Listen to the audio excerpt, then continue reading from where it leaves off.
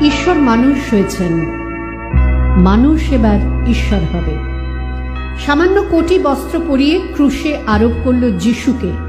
চার চারটে সৈন্য যারা তদারক করছিল তারা বসল যিশুর পোশাক নিয়ে ভাগাভাগি করতে। কেউ নিল বহির্বাস, কেউ কোমরবন্ধ, কেউ পাগড়ি, কেউ জুতো, কিন্তু জামা, গায়ের জামাটা কে নেবে?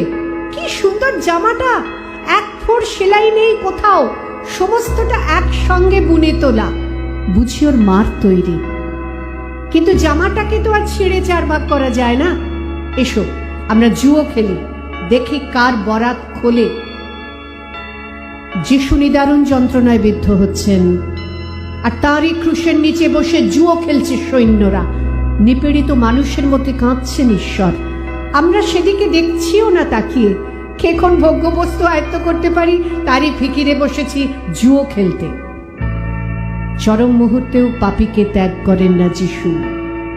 চরম মুহূর্তেও তিনি পাপীর প্রতিবেশী, একেবারে বাস্তব কাজটিতে। পাদ্রী, পুরোহিত থেকে পথচারী সবাই গাল দিচ্ছে, কতই তো বলে বেড়াতে তুমি ভগবানের পুত্র, কই দেখি, নেমে এসো ক্রুশ থেকে, পুত্রত্ব দেখাও।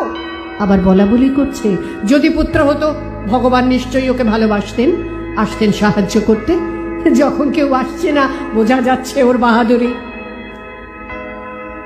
ওর বাহাদুরি। যিশু যদি আসতেন নেমে, কি প্রমাণ হতো? প্রমাণ হতো ঈশ্বর প্রেম ক্রুশ পর্যন্তই যেতে পারে, ক্রুশ অতিক্রম করে যেতে পারে না মৃত্যু পর্যন্ত। যেন যতক্ষণ ক্রুশকে বহন করে আনছে ততক্ষণই প্রেম। যেই ক্রুশে বিদ্ধ হলো আর প্রেম নেই, যেন প্রেমের কোথাও টানা যায় সীমারেখা, বলা যায় এতটুকু, এত দূরেই অবধি। শুধু বাঁচালেই প্রেম, মারলে প্রেম নয়। এমন কোন যন্ত্রণা আছে যা প্রেম বইতে পারে না? এমন কোন লাঞ্ছনা আছে যা পারে না ক্ষমা করতে? যিশু হঠাৎ আর্তনাদ করে উঠলেন, হে ঈশ্বর, আমাকে তুমি কেন ত্যাগ করলে? এ কান্না তো আমাদের কান্না, এ নালিশ তো আমাদের নালিশ। যিশু যদি যন্ত্রণার মধ্যে প্রসন্ন হাসি মুখে বিদায় নিতেন নীরবে, আমাদের মনে হতো তিনি বুঝি আমাদের নন, ঈশ্বর হয়ে তিনিও ছেড়ে গিয়েছেন আমাদের।